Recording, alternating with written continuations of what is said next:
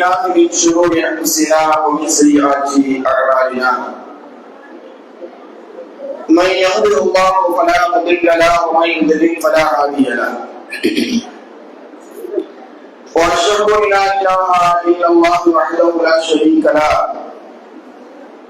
واشهد ان محمدا عبده ورسوله اما بعد وقد قال الله تعالى في القران الكريم يا ايها الناس اتقوا ربكم الذي خلقكم من نفس واحده وخلق منها زوجها وبث منهما رجالا كثيرا ونساء واتقوا الله الذي تساءلون به والارحام ان الله كان عليكم رقيبا اللهم صل على محمد وعلى ال محمد كما صليت على ابراهيم وعلى ال ابراهيم انك حميد مجيد اللهم بارك على محمد وعلى ال محمد كما باركت على ابراهيم وعلى ال ابراهيم انك حميد مجيد அளவற்ற அருளாலும் நிகழற்ற அன்புடையில் வாங்கிய எல்லாம் அல்ல அல்லாஹுவின் திருப்பெயர் போற்றி ஆரம்பம் செய்கிறேன்.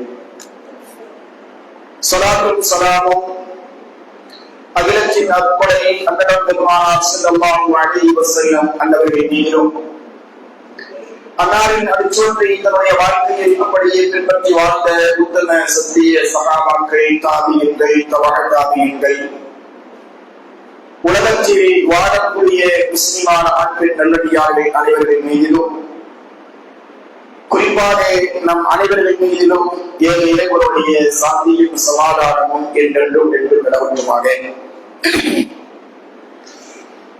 கண்ணியத்திற்குரிய எல்லாம் அல்ல அல்லாஹ்வின் நல்லடியார்களே, அன்பிற்குரிய சகோதரர்களே, சகோதரிகளே, தாய்மார்களே, அல்லாஹ்வுடைய அருள் பொங்கி வருகின்ற புனிதமிக்க ரமலானுடைய மாதத்தில் அல்லாஹ்வுடைய அருளை எதிர்பார்த்தவர்களாக இரவு தொழுகையை நிறைவு செய்துவிட்டு அதன் தொடர்ச்சியாக மார்க்க சம்பந்தமான சில நினைவூட்டல்களை நினைவுபடுத்திக் கொண்டு அதை நம்முடைய வாழ்க்கையை கடைபிடிக்க வேண்டும் என்கின்ற ஒரு உயர்ந்த நோக்கத்தோடு அல்லாஹ்வுடைய இல்லத்தில் அமர்ந்திருக்கின்றோம். அல்ஹம்துலில்லாஹ். அல்லாஹ் ரப்பல் ஆலமீன் நாம் எதை சொல்கின்றோமோ, எதை கேட்கின்றோமோ அதன் அடிப்படையில் வாழக்கூடிய நல்லதொரு வாய்ப்பை வந்த ரஹ்மான் நம் அனைவர்களுக்கும் வழங்குவானாக என்ற அந்த பிரார்த்தனையோடு இறையற்றமும் ஈருலக பலன்களும் என்கின்ற ஒரு தலைப்பின் கீழ் ஒரு சில நினைவூட்டல்களை இங்கு நினைவுபடுத்துவதற்கு நான் கடமைப்பட்டிருக்கிறேன். அன்பிற்கினிய அல்லாஹ்வின் நல்லடியார்களே, நிரந்தரமான மறுமை வாழ்வில் நான் பெற வேண்டும் என்றால் அந்த வெற்றியை நோக்கி நம்முடைய பயணத்தை நாம் அமைத்துக் கொள்ள வேண்டும் என்று சொன்னால் மார்க்கம் எவைகளெல்லாம் நமக்கு போதனை செய்திருக்கிறதோ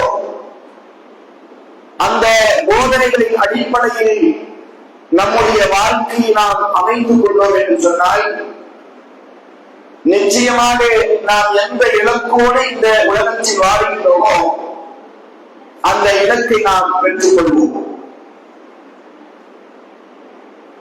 அப்படிப்பட்ட அந்த இலக்கை நாம் பெற்றுக் கொள்வதற்காக வேண்டி மார்க்கம் பல்வேறு போதனைகளை நமக்கு செய்திருக்கிறது. அப்படிப்பட்ட போதனைகளில் மிக மிக முக்கியமான ஒரு போதனை தான் இறையச்சம் என்கின்ற அந்த போதனை, தக்வா என்கின்ற அந்த போதனை. இந்த இறையச்சம் தான் ஒரு மனிதனுடைய வாழ்க்கையில் அவருடைய ஈருலக வாழ்க்கையின் வெற்றி தோல்விகளை தீர்மானிப்பதில் மிக முக்கியமான பங்காக இருக்கிறது. நாளை மறுமையில் நாம் அல்லாஹ்வுக்கு முன்னால் இருக்கின்ற பொழுது நம்மை அடையாளப்படுத்தக்கூடிய ஒரு அம்சம் தான் இந்த தக்குவா என்கின்ற இறையச்சல் என்கின்ற இந்த அம்சம்.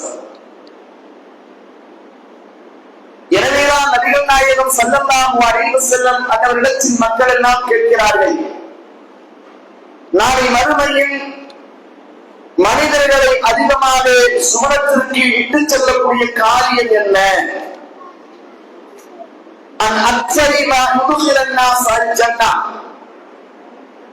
சுவனத்தில் மனிதர்களை நுழைவிப்பதில் அதிகமாக உள்ள காரியம் எது என்று கேட்கிறார்கள். அல்லாஹ்வுடைய தூதர் ரசூலுல்லாஹி ஸல்லல்லாஹு அலைஹி வஸல்லம் ரெண்டு விஷயங்களை சொன்னாங்க.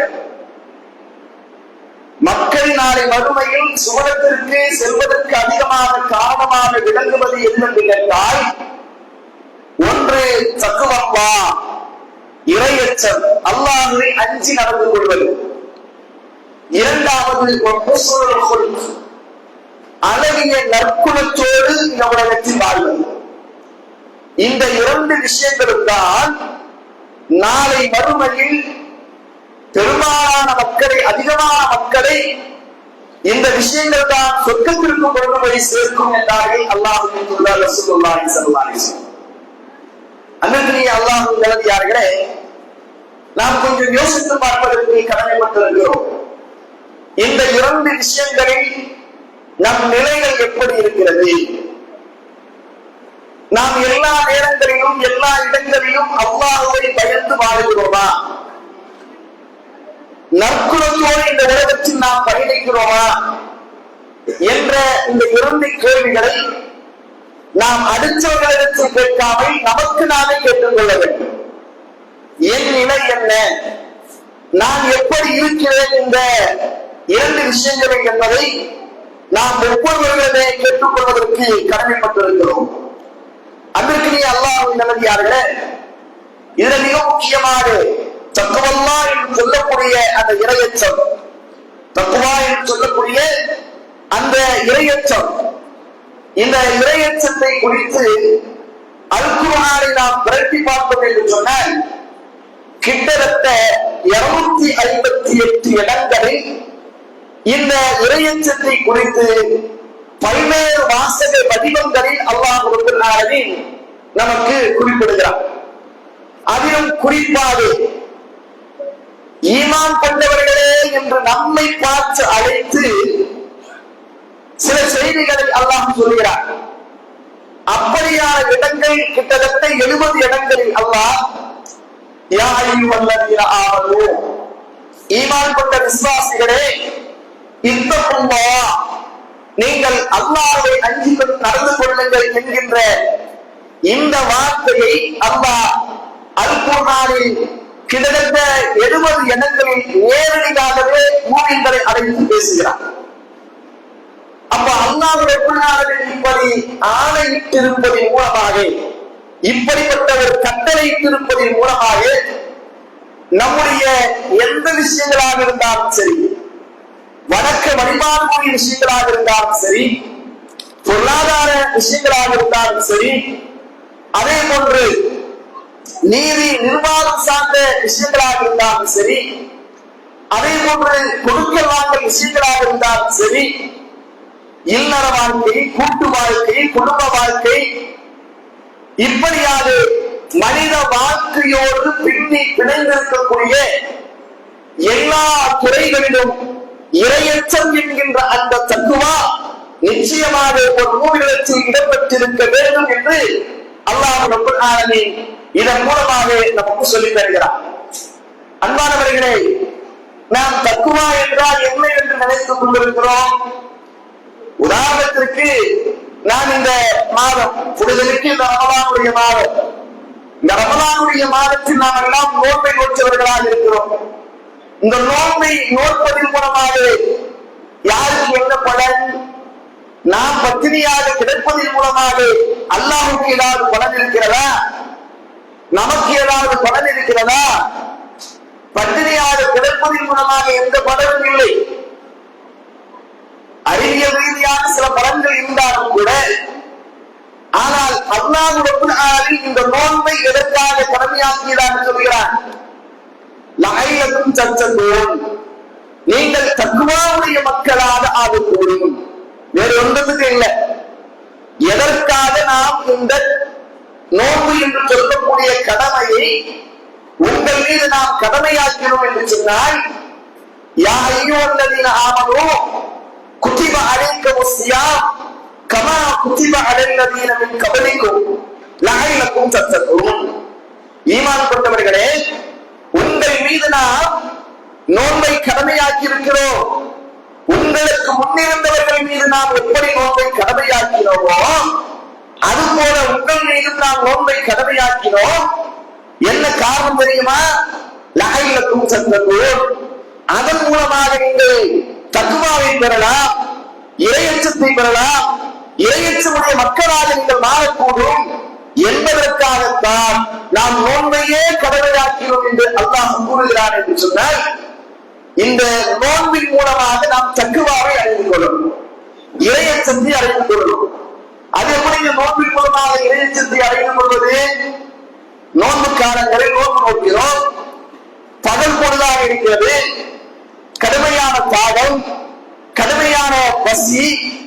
இந்த நேரத்தில் நாம் நோன்புடைய நியத்தை வைத்துக் கொண்டு காலை சகர் உணவை உண்டதற்கு பிறகு எதுவும் அருந்தாமல் எதுவும் சாப்பிடாமல் இருந்து கொண்டிருக்கக்கூடிய இந்த நேரத்தில் வெளியில் போயிட்டு வரோம், கடுமையான வழி இருக்குது, தாடு அடிக்குது, வீட்டுக்குள்ள நுழையிறோம், வீட்டுக்குள்ள யாரும் இல்லை, ஃப்ரிட்ஜ் இருக்குது, ஃப்ரிட்ஜுக்குள்ள நல்ல கூடான தண்ணி இருக்கிறது, பழங்கள் இருக்கிறது, வீட்டுல யாருமே இல்லை. ஆனாலும் நாம் என்ன செய்வோம்? பசிக்குது, தாகமா இருக்கிறது என்று நினைத்து தண்ணீரை அருந்துவோமா? அந்த பழங்களை எடுத்து சாப்பிடுவோமா? நிச்சயமாக சாப்பிட மாட்டோம். ஏன்? நான் நோன்பு வச்சிருக்கிறேன், வீட்டுல உள்ள யாருக்கும் தெரியாம நான் எடுத்து சாப்பிடலாம், யாருமே வீட்டுல இல்லையே, யாருக்கும் தெரியாது என்று நினைத்து நாம் எடுத்து சாப்பிட முடியும். சாப்பிட்டாலும் யாருடைய கண்களுக்கும் தெரியாமல் நம்மளால் அதை செய்ய முடியும். ஆனா நம்ம அப்படி செய்யறோமா? யாராவது செய்திருக்கிறோமா? நோன்பு வைத்துக் கொண்டு நைசாக தண்ணீர் எடுத்து குடிப்போமா? நோன்பு வைத்துக் கொண்டு ஏதாவது பெருச பழங்களை வாயில் போடுவோமா? செய்ய மாட்டோம். ஏன்? நோன்பு வச்சிருக்கிறோம். யாருக்கும் தெரியனாலும் கூட நம்ம படைத்த ரப்போட்டை பார்த்திருக்கிறோம், நோன்பு முடிஞ்சிடும், அதை பற்றி நாளை மறுமையை விசாரிப்போம் அப்படின்ற அந்த எண்ணம் வருதா இல்லையா? இந்த எண்ணத்தை வளர்ச்சிக் கொள்வதற்கு தான் ஒரு மாச காலத்துக்குள்ளேயே இருந்து இருந்து அல்லாஹ் பார்க்கிறான், அல்லாஹ் பார்க்கிறான், அல்லாஹ் பார்க்கிறான், அல்லாஹ் பார்க்கிறான் அப்படின்ற அந்த நிலை வருகின்ற பொழுது இது நோன்பில் மட்டுமல்ல, உன் வியாபாரத்தில் அல்லாஹ் பார்க்கிறான், உன் தொழில்துறையில அல்லாஹ் பார்க்கிறான், உன் நிர்வாகத்துல அல்லாஹ் பார்க்கிறான், உன் இல்லற வாழ்க்கையில் அல்லாஹ் பார்க்கிறான், உன் கூட்டு வாழ்க்கையில் அல்லாஹ் பார்க்கிறான். இப்படி மனித வாழ்க்கையோடு பின்னி கிடைத்திருக்கக்கூடிய எல்லா இடங்களிலும் அல்லாஹ் உன்னை உற்று நோக்கி கொண்டிருக்கிறான் அப்படின்னு அந்த எண்ணம் வரணும். அதுக்கு தான் நோன்பு கடமையாற்றுகிறாங்க. அப்படி வந்தால் ஒரு மனிதன் தவறு செய்வானா? அப்படி வந்தால் ஒரு மனிதன் திருடுவானா? பொய் பேசுவானா? மோசடி செய்வானா? லஞ்சம் வாங்குவானா? எதுவுமே இருக்காது. ஏன்? எல்லா நிலைகளும் என்னை படைத்த ரப்பல் ஆலமீன் பார்த்திருக்கிறான். நான் மனிதர்களுடைய கண்களை மண்ணை தூவ முடியும், என்னை படைத்த ரப்பல் ஆலமீனுடைய கண்களை ஒருபொழுதும் மண்ணை தூவ முடியாது. அவன் மிக சமீபமாக இருந்து கொண்டு பார்த்துக் கொண்டிருக்கிறான் அப்படின்னு அந்த எண்ணம் வருது பார்த்தீங்களா? இந்த எண்ணம் வருவதற்குத்தான் நோன்பையே அல்லாஹ் கடமையாக்கிறான். தக்வாவுக்கான வரைவிலக்கணத்தை நமக்கு முன்னோர்கள் நமக்கு சொல்லி தருவார்கள். தக்வா என்று சொன்னால் என்ன? முதல்ல பொருளை நாம் வழங்கிறோம். தக்வா என்பது விகாயத் என்று சொல்லக்கூடிய அந்த அரபு பதத்திலிருந்து வந்த வார்த்தை. விகாயத் என்று சொன்னால் மனிதன் தன்னைத்தானே பாதுகாத்துக் கொள்ளுதல் என்று பொருள். மனிதன் தன்னைத்தானே பாதுகாத்துக் கொள்ளுதல், இதற்கு விகாயத் என்று சொல்வார்கள். அதிலிருந்து வந்ததுதான் தக்வா. இப்போ இஸ்திலாஹன், அதாவது ஷரீஅத்தின் அடிப்படையில தக்வானா என்ன அப்படின்னா, அல்லாஹ் எவைகளை எல்லாம் தடை செய்திருக்கிறாரோ அதை விட்டு தன்னை தடுத்துக் கொள்ளுதல். அல்லாஹ் ரப்பி ஹராம் என்று சொல்கிறானா, அதை விட்டு தவிர்த்து கொள்ளுதல். மதுவை ஹராம் என்று சொல்லுகிறானா அது ரெண்டும் தெரிந்து கொள்வது, பொய் பேசுவது, திருடுவது, இப்படி எவைகளெல்லாம் ஹராம் என்று மார்க்கம் சொல்லுகிறதோ, எவைகளெல்லாம் மார்க்கம் அதாவது அல்லாஹ் ஹராம் என்று சொல்கிறாரோ அவைகளை விட்டும் தன்னை பாதுகாத்துக் கொள்வது. அந்த பக்கம் நான் போக மாட்டேன். ஏன்? அல்லாஹ் தடுத்திருக்கிறான், நான் இதை செஞ்சா அல்லாஹ் பார்ப்பா, அதான் இறையச்சம். அந்த இறையச்சத்துக்கு தான் தக்குவா என்று பெயர். சரி, இதற்கு நம்முடைய சரப்பு சாரிகள் இந்த தக்குவாவுக்கான ஒரு வரைவிலக்கணத்தை சொல்றாங்க. எப்படி சொல்றாங்க? உமர் ரலியல்லாஹு தஆலா அவர்கள் ஒரு சஹாபி உபய் இப்னு கஅப் என்று சொல்லக்கூடிய ஒரு சஹாபியிடத்துல அமீருல் முஃமினீனாக இருக்கக்கூடிய கலீஃபா உமர் ரலியல்லாஹு தஆலா அவர்கள் கேட்கிறார்கள். உபய் இப்னு கஅப் அவர்களை பார்த்து கேட்கிறார்கள், மத்தக்குவா, தக்குவானா என்ன அப்படின்றத எனக்கு கொஞ்சம் வழக்குங்கன்றாங்க. யாரு? அமீருல் முஃமினீன் கலீஃபா உமர் ரலியல்லாஹு தஆலா அவர்கள் உபய் இப்னு கஅப் என்று சொல்லக்கூடிய அந்த சஹாபியை நோக்கி மத்தக்குவா, தக்குவானா என்ன அப்படின்னு கேட்கிறாங்க. உடனே இந்த உபய் இப்னு கஅப் ரலியல்லாஹு தஆலா அவங்க என்ன செஞ்சாங்க, யா அமீருல் முஃமினீன், ஓ அமீருல் முஃமினீன் அவர்களே, அமா சலத்த தரீகன் ஃபீஹி ஷௌக், நீங்கள் முட்கள் நிறைந்த ஒரு பாதையை கடந்து சென்றிருக்கிறீர்களா? நீங்க எத்தனையோ பாதைகளை போயிருப்பீங்க, முட்கள்லாம் நிறைய கிடைக்குது, ஒரு காட்டு பகுதி, அதுல முட்கள்லாம் நிறைந்திருக்குமே, அந்த பகுதியை நீங்கள் கடந்து போயிருக்கிறீர்களா? அதாவது கால்நடையாக கடந்து போயிருக்கிறீர்களா அப்படின்னு சொல்லி கேட்கிறாங்க. உடனே உமர் ரலியல்லாஹு தஆலா சொல்றாங்க, என்ன, ஆமா அப்படி நான் போயிருக்கிறேன், அந்த மாதிரியான ஒரு சந்தர்ப்பம் எனக்கு இருக்குது, அந்த மாதிரி நான் கடந்து போயிருக்கிறேன். அப்ப கேட்கிறாங்க, ஃபமாதா ஃபஅல்த், அப்பொழுது நீங்கள் எப்படி அதை கடந்து சென்றீர்கள்? உங்களுடைய செயல்பாடு எப்படி இருக்கும்? முள்ளு கிடக்குது, நிறைய அந்த பாதையில முள்ளு கிடக்குது, அந்த பாதையை நீங்க கடந்து போகணும், எப்படி கடந்து போவீங்க அப்படின்னு கேட்கிறாங்க. உடனே உமர் ரலியல்லாஹு தஆலா சொல்றாங்க, அஸ்மிர் அக்ஸாதி வங்குர் இலா மஹாதிய கதமி வக்கதில் கதமன், இப்படியா சொல்றாங்க. அதாவது அந்த முட்கள் எல்லாம் ரொம்ப கூர்மையா பார்த்து, அந்த முட்கள் என்னுடைய ஆடையிலேயோ என்னுடைய கால்களிலேயோ என்னுடைய உடம்பிலேயோ பட்டு விடாமல் அடிமேல் அடி எடுத்து வைத்துத்தான் நான் அந்த பாதையை கடப்பேன். முட்கள் நிறைந்த பகுதி, அதுல ஒரு மனுஷன் கண்ண மூடிட்டு போவானா? என்ன செய்வான்? அப்படி போக மாட்டோம். எப்படி இருக்கும்? முட்கள் கிடந்தால் அந்த முட்கள்ல காடு படாம அந்த முட்களை ஓரமாக்கிட்டு அடிமேல் அடியெடுத்து வைத்துத்தான் அந்த பாதையை கடப்பேன், அப்படித்தான் நான் கடந்தேன் என்று சொல்றார். அப்போ உபய் இப்னு கஅப் ரலியல்லாஹு தஆலா அவர்களே, தக்குவா, தக்குவானா என்னன்னு தெரியுங்களா? தக்குவானா என்னன்னு தெரியுங்களா? யாருக்கு தக்குவானாங்க, இதுதான் தக்குவானாங்க. இப்படித்தான் இறையச்சத்திற்கு உதாரணம். இப்படித்தான் நீங்கள் உங்களுடைய வாழ்க்கையில் சூழ்நிலைகள் என்று சொல்லக்கூடிய முட்கள் நாலாபுரமும் சூழ்ந்திருக்கும். சூழ்நிலைகள் என்று சொல்லக்கூடிய முட்கள் உங்களை நாலாபுரமும் சூழ்ந்திருக்கும். அப்படித்தானே நம்முடைய வாழ்க்கையில்? அப்படித்தானே? ஏங்க பாய் வட்டிக்கு போனீங்க, ஏன் வட்டிக்கு வாங்குறீங்க? என்ன பாய் செய்யறது? பொருளாதார வசதி இல்ல, வியாபாரம் பண்ணணும், யாரு கேட்டாலும் கடனை தராங்க, வட்டிக்கு தானே தராங்க, அதெல்லாம் கொஞ்சம் எனக்கு ஈஸியா இருக்கும், அதனால நான் வட்டிக்கு வாங்கிட்டேன், வேணும்னா நான் வாங்குறேன். சூழ்நிலை எப்படி சொல்றாங்க? வேணும்னா வாங்கினேன், வேற வழி இல்ல, சூழ்நிலை, அதனால நான் வாங்கிட்டேன் சொல்லக்கூடிய ஆட்கள் இருக்கிறோமா இல்லையா? அதே போன்று ஏன்பா இந்த மதுவிக்கு நீங்கள் அடிமையாக இருக்கிறீர்கள், வேற வழி இல்லையே, பகல் ஃபுல்லா நான் என்ன செய்யறேன், உழைக்கிறேன், உடம்பு வலி, வேற வழி இல்ல, அவர் குடிச்ச ஆரம்பிச்ச நாளைக்கு அடிக்ட் ஆயிட்டேன் என்றெல்லாம் சொல்வதை பார்க்கிறோம். இப்படி எவைகளுக்கெல்லாம் ஹராம் என்று மார்க்கம் தடை செய்திருக்கிறதோ அதையெல்லாம் ஒரு மனிதன் சூழ்நிலை வருகின்ற பொழுது செய்கிறான். செய்துவிட்டு எதை காரணம் காட்டுகிறார்? வேற வழி இல்ல, வேற வழி இல்ல அப்படின்னு சொல்லிட்டா அந்த ஹராமை செய்யக்கூடிய மனிதனாக இருக்கிறான், அந்த ஹராமை செய்யக்கூடிய மனிதனாக இருக்கிறான். அதைதான் சொல்றாங்க, பாவத்தை சூழ்நிலை என்று சொல்லக்கூடிய முட்கள் நாலாபுரமும் சூழ்ந்திருக்கும், அதில் எதிரிலேயே சிக்கிடக்கூடாது. அதுல எதிரிலே சிக்கிட்ட உன்னை தக்குவா இருக்காது. எதிரிலே சிக்காமல் அடிமேல் அடியெடுத்து வைத்து ஒரு வாழ்க்கையை நீ கடத்துவது இருக்கிறது, இதுதான் தக்குவா. இந்த தக்குவா அப்படித்தாங்க இருக்கிறோம். ஒரு மனுஷன் அல்லாஹ் சோதனைக்காரன், நமக்கு இந்த உலகத்திலே ஏழ்மையை தருகிறார் என்று சொன்னால், வறுமையை தருகிறார் என்று சொன்னால், குடும்ப பிரச்சனையை தருகிறார் என்று சொன்னால், எல்லாம் என்னது அல்லாஹ் நமக்கு பார்க்கக்கூடிய சோதனை தானே. அப்ப இந்த சோதனை என்கின்ற முட்களில் நாம் சிக்கிவிடாமல் எல்லா நிலைகளிலும் நான் அல்லாஹ்வுக்கு பயப்படுவாங்க அப்படின்ற மாதிரி ஒரு மனுஷன் வாழ்றானே, இதுதான் தக்குவா. இதைதான் மார்க்கம் எதிர்பார்க்கிறது. இப்படித்தான் நம்முடைய இபாதத்தினால் மட்டுமல்ல, எல்லா துறைகளிலும் எல்லா அமல்களிலும் இந்த தக்குவா இடம்பெற்றிருக்க வேண்டும் என்று இஸ்லாம் கூறுகிறது. அன்றைக்கு அல்லாஹ் நல்லதார்களே, ஆனா இன்னைக்கு நம்முடைய சமூகத்தில் தக்குவா என்ன அப்படின்னா, பெரும்பாலும் மக்கள் என்ன நினைத்துக் கொண்டிருக்கிறார்கள், அதற்கான வரைவிலக்கணத்தை சொல்லுங்க என்ன சொல்றாங்கன்னா, தக்குவானா நிறைய இபாதத்து செய்யறது.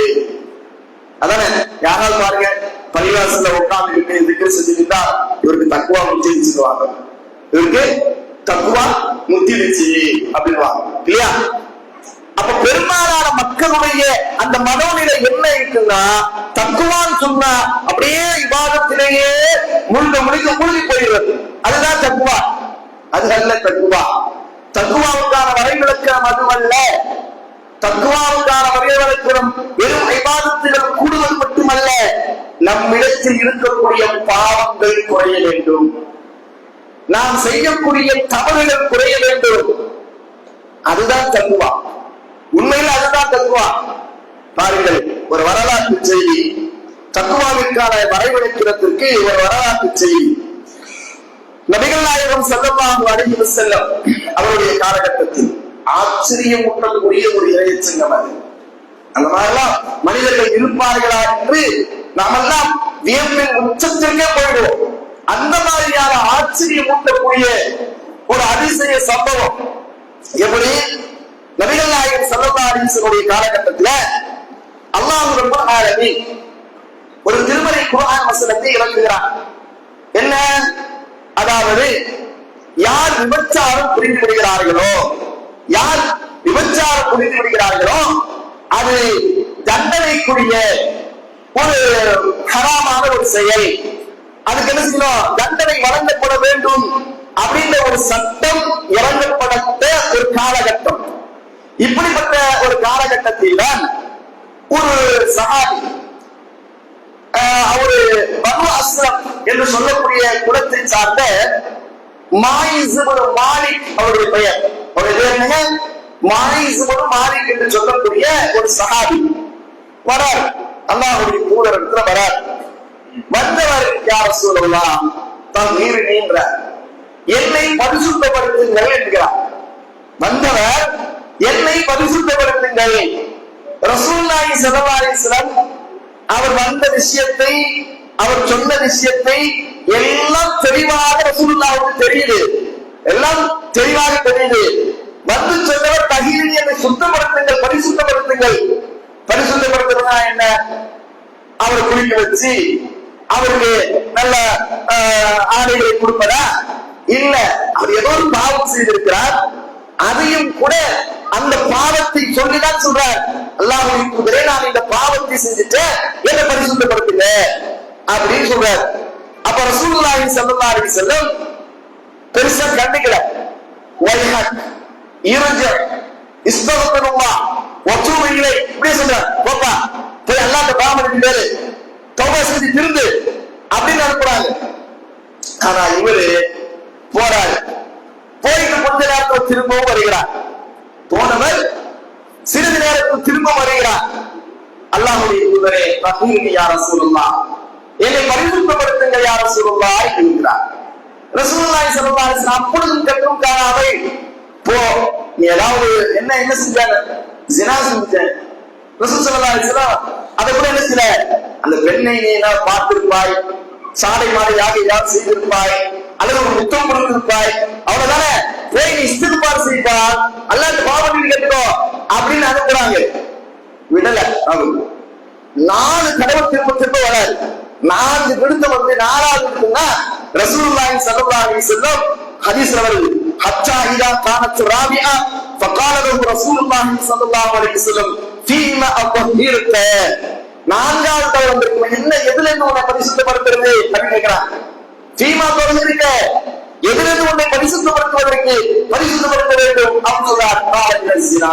ஜினாவிலிருந்து. நான் ஜினா செஞ்சேன், பச்சையா சொல்றேன், நான் விபச்சாரம் புரிந்திருக்கேன் யார சொல்லலாம், ஒரு பெண்ணோடு தகாத உறவு வைத்துக் கொண்டேன் யார சொல்லலாம், நான் இப்பொழுது ஒரு குற்றவாளி, என்னை பரிசுத்தப்படுத்துங்க. என்ன பரிசுத்தப்படுத்துவது? அவருக்கு என்ன தண்டனை? விபச்சாரம் செய்துவிட்டால் கல்லால் எங்கு கொள்ள வேண்டும், ரஜினி செய்யணும். கல்லால் எங்கு என்ன செய்யணும்? கொல்ல வேண்டும். இதுதான் தண்டனை. அப்ப அந்த தண்டனையை தனக்கு கொடுத்து என்னை பரிசுத்தப்படுத்துகிறார், எனக்கு மரண தண்டனை கொடுக்கிறார். யாரும் சொல்ல முடியுமா? சாட்சி மார்க்கம் என்ன சொல்லுன்னு சொன்னா, இஸ்லாமிய சட்டம் என்ன சொல்லுன்னு சொன்னா, யாராவது விபச்சாரம் புரிந்து விட்டதாக குற்றம் சாட்டினா 4 சாட்சிகள் வேணும். இவருக்கு யாரும் சாட்சி சொல்ல வரல. ஆனா இவராக வந்து மீண்டும் மீண்டும் நான் சினா செய்திருக்கேன், என்னை பரிசுத்தப்படுத்துங்கள், என்னை பரிசுத்தப்படுத்துங்கள் என்று சொல்கிறார். ரசூல் ஸல்லல்லாஹு அலைஹி வஸல்லம் அப்ப கூட நம்பல. ஏன்னா ஒரு உயிர் ரஜிம், அதாவது கல்லிருந்து கொல்லப்பட வேண்டிய தண்டனை கொடுக்கணும், சாதாரணமா கொடுக்க முடியுமா? அப்ப சஹாபாக்கள் அமர்ந்திருக்கிறாங்க, கேட்கிறாங்க, அபி ஜுனூன், இவருக்கு ஏதாவது பைத்தியமா பாருங்க, பைத்தியமாக்கு ஏதோ உணர்றாரா? இப்படிதான் ஒரு மனுஷன் செய்வான். ஜினா செஞ்சுட்டாம மறைவா செஞ்சுட்டு அப்படியே போயிடுவாங்க. ஆனா ஜினா செஞ்சுட்டே வந்து என்னை பரிசுத்தப்படுத்துங்கன்னு சொல்றாரு. அபிஹில் ஜுனூன், இவர் பைத்தியமா என்று பாருங்கள். பார்த்தாங்க, இல்லை யாரும் சொல்லலாம், தெளிவாதான் இருக்கிறார். சஹாபாக்கள் பார்த்து அவர் பேசுவதெல்லாம் தெளிவாக பேச்சு, எந்த விதமான பைத்தியமெல்லாம் இல்ல, அவரு நல்ல கரெக்டா தான் இருக்கிறாரு. அப்பயும் ரசூலுல்லாஹி ஸல்லல்லாஹு அலைஹி வஸல்லம் சஹாபாக்கள் சொல்றாங்க, அஷ்ஷரிப ஹம்ரன், இவர் ஏதாவது குடித்து விட்டு மது போதையில் உணர்கிறாரா என்று பாருங்கள். அப்படி மனுஷன் போதும்ல, நான் விசாரணை செஞ்சுட்டேன் அப்படிலாம் சொல்லுவாங்கல்ல, அந்த மாதிரி இவர் குடிபோதையில் ஏதாவது உணர்கிறாரா, குடித்து விட்டு வந்து இப்படி பேசுகிறாரா அப்படின்னு கேட்கிறாங்க. அப்போ ஒரு சஹாபி இருந்துச்சு, பார்க்கிறாரு, ஒரு பார்த்து வாயிலாம் நோண்டு பார்க்கிறாரு, ஊதுன்னு சொல்றாரு, ஊதிலாம் காட்டுறாரு. அவ்வளோ இல்ல யாரும் சொல்லலாம், இது தெளிவாதான் இருக்கிறாரு. மதுவாதிகள்லாம் எதுவும் வீசல, இவர் மதுவை எதுவும் செய்யல, நான் மதுவை மறைக்கல. ரசூல் ஸல்லல்லாஹு அலைஹி வஸல்லம் மட்டும் சொல்றாங்க, அது ஹதீஸ்ல வருது, ஃபலம் யஜித் மின்ஹு ரீஹ ஹம்ரி, அந்த ஹம்ருடைய அந்த வாடை அவரிடத்திலிருந்து வரல. சரி, அப்பதான் ரசூல் ஸல்லல்லாஹு அலைஹி வஸல்லம் டைரக்டா கேட்டாங்க, அஸனைத, நீ விபச்சாரம் செஞ்சியா, நீ விபச்சாரம் செய்தாயா கேட்டாங்க. அவர் சொன்னார், நஅம், ஆமாங்க. நாம் ஆமா என்று சொன்னால் உடனே ரசூல் ஸல்லல்லாஹு அலைஹி வஸல்லம் ஃபஅமர பிஹி ஃபருஜின, அவருக்கு கட்டளையிட்டார்கள், இவரை கல்லால் அடித்து கொள்ளுங்கள். கல்லால் அடித்து கொள்ளுங்கள் அப்படின்னு ரசூல் ஸல்லல்லாஹு அலைஹி வஸல்லம் அவங்க தானே நீதிபதி, ஜட்ஜு சொல்றாங்க. என்ன செஞ்சாச்சு? மக்கள் எல்லாம் அவரை கல்லால் அடித்து கொள்ள ஆரம்பிச்சாச்சு, கொண்டாச்சு. இங்க கொஞ்சம் நாம் சிந்தித்து பார்க்க வேண்டும். இந்த சம்பவத்தை நான் எதற்காக சொல்ல வருகிறேன் என்று சொன்னால், இரையச்சம் என்பது எப்படி இருக்கணும், இன்றைக்கு உலகத்தில் நாம் நம்முடைய இரையச்சம் எப்படி இருக்கிறது, சஹாபாக்களுடைய இரையச்சம் எப்படி இருந்தது. மனிதன் தவறு செய்யக்கூடியவன் தான், ஒரு தவறை செய்துட்டான், தவறுக்காக அல்லாஹ்விடத்தில் பாவம் மன்னிப்பு கேட்டா அல்லாஹ் மன்னிச்சிடுவான். ஆனால் குர்ஆனுடைய வசனம் இறக்கப்பட்ட உடனே தான் ஒரு பெண்ணோடு தகாத உறவு கொண்டு விட்டோம், இப்படிப்பட்ட உறவின் மூலமாக நாளை மறுமையில் எனக்கு கிடைக்கக்கூடிய தண்டனை என்பது மிக மிக கொடியது, அந்த தண்டனையிலிருந்து நான் பாதுகாக்கப்பட வேண்டும் அப்படின்னு சொல்லி யாரும் பார்க்காது, யாரும் சாட்சி சொல்லாது அந்த விஷயத்தை தானே மனம் வந்து அல்லாஹ்வுடைய தூதரே, நான் ஸினா செய்திருக்கேன், நான் விபச்சாரம் செய்திருக்கேன், அந்த விபச்சார குற்றத்திலிருந்து என்னை பரிசுத்தப்படுத்துங்கள், நான் நாளை மறுமையில் அல்லாஹ்வை சந்திக்கின்ற பொழுது யாருக்கு தெரியாது நினைச்சிருந்தியா என்று அல்லாஹ் என்னை கேட்டுவிடக் கூடாது.